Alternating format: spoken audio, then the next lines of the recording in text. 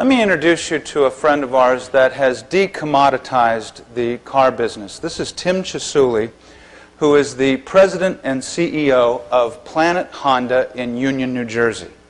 And he is decommoditizing the business of selling cars.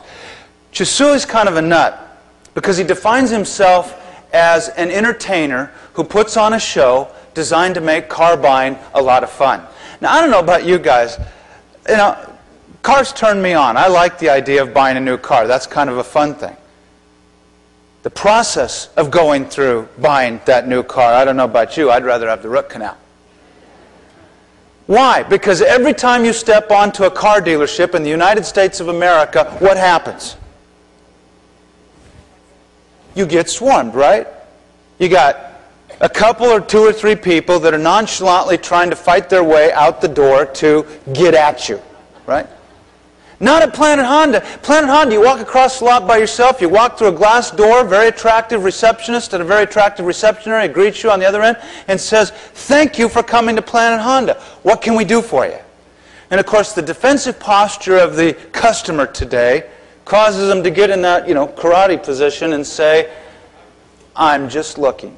That's right. I'm just looking. Which is code for back off, leave me alone. Right? So what do they do at Planet Honda? They slap a badge on you that says JL for just looking. Which signals to the salespeople, back off and leave him alone. Right? So Dawn, I come up to you, right, and you're the salesperson. I say, "Dawn, I'd like to talk to you about the benefits on this new Honda Accord because I'm really interested."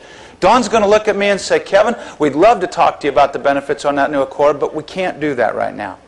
Because you see, you're wearing that badge. And we have a policy at Planet Honda that says as long as you're wearing that badge, I'm not supposed to talk to you. Because my sales manager might think I'm trying to sell you something. But if you'd like to take that badge off, I'd be happy to share all the wonderful benefits on this new Accord." Off comes the badge. What just happened, ladies and gentlemen? Psychological transition just took place. My defenses come down, my guard is dropped. All of a sudden, I'm ready to listen. Who set the agenda? I did. Who's in control? I am. Who's empowered? I am. I am. Can you imagine a dealership that'll take your car in on Wednesday night, fix it overnight, and give it back to you on Thursday morning, and if they don't fix it right the first time, they'll refund all of your money? Can you imagine a dealership that speaks 15 different languages? Why? Because Union, New Jersey is the melting pot of ethnicity and they want everybody to feel comfortable coming in and talking about a car. Can you imagine a dealership that's got a theater room in the basement? Why? Because they've done their homework. All the research studies say you and I are more willing today to wait for shorter services, tire rotation, tire change, oil change. And so what do? They put a theater room in the basement so you can go down, relax, watch a movie, check CNN, plug in your laptop, check email while you're waiting to have your tires rotated. That's not the crescendo, though. The crescendo is this. They understand that when you fork out $25,000 or $35,000 for a brand new automobile, that for most of us is a big deal. And taking delivery of that car is even a bigger deal. And again, they've done the research. They went out and talked to, sometimes when you just talk to your customers, they'll tell you what they want. What did the customers say? They said, "You know what, we hate to go into the rubber room, we dicker over price, we finally agree, we decide yes, we want the car, and then it takes you 4.5 hours to deliver the daggum car to us.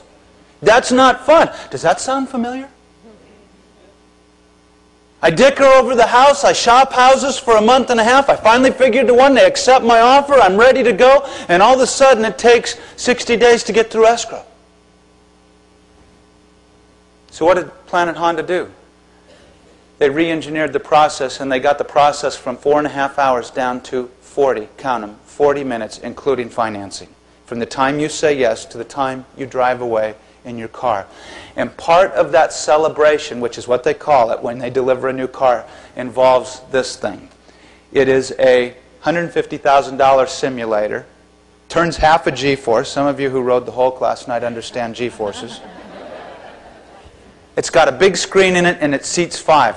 Up on the screen comes Chisuli. You sit down and you're on the planet. You got to get off the planet, right? So why not get off on a spaceship? Up comes Chisuli on this big screen, and he talks to you about the two goals that he has for his dealership, employees for life and customers for life, and how that is going to affect their relationship with you. Now, if you think this guy is a candidate for the nut house, let me give you the statistics. Okay, are you ready for this? He used to spend $450 per brand new car in advertising. Now he spends 1/3 of that. In an industry that turns its sales force over an average of 3 times a year, he turns his people over less than 0.5%. Last year they sold 6,000 brand new Hondas. That was 45% more than their nearest competition, and 50% of those sales, ladies and gentlemen, came from repeat or referral business. Now, are you ready for the clincher?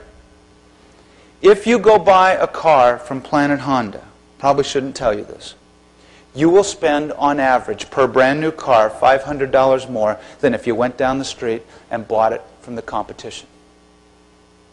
What's that telling you today? That's telling you that if you turn an ugly process into something that's fun, into something that's hassle-free, give me a service guarantee, do something that builds value around the commodity, you don't have to give it away.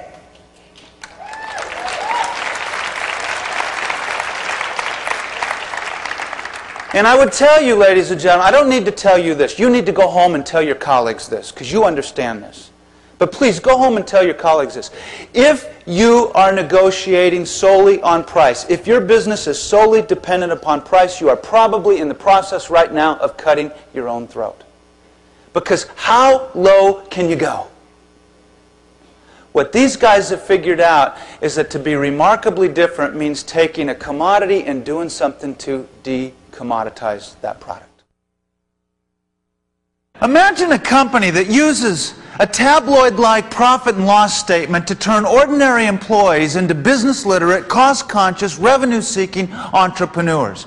Imagine a company in the United States of America that sells twice as many cars as their nearest competition because they've actually turned the car buying process into something that's fun. Imagine a company that in the aftermath of 9/11 paid out a $250,000 life insurance claim to a customer that had no policy. What do these companies have in common? We would argue they have the guts to blow the doors off business as usual. They have the guts to take, to use Scott Peck's term, a road less traveled, to try things their competitors haven't been willing to do, to take risks that others weren't willing to take, and to come up with new solutions for their customers that competitors weren't able to do. Now, could we agree this morning that leadership is not for the faint at heart? Could we agree on that? Right? No wimps. No whiners, right? Why?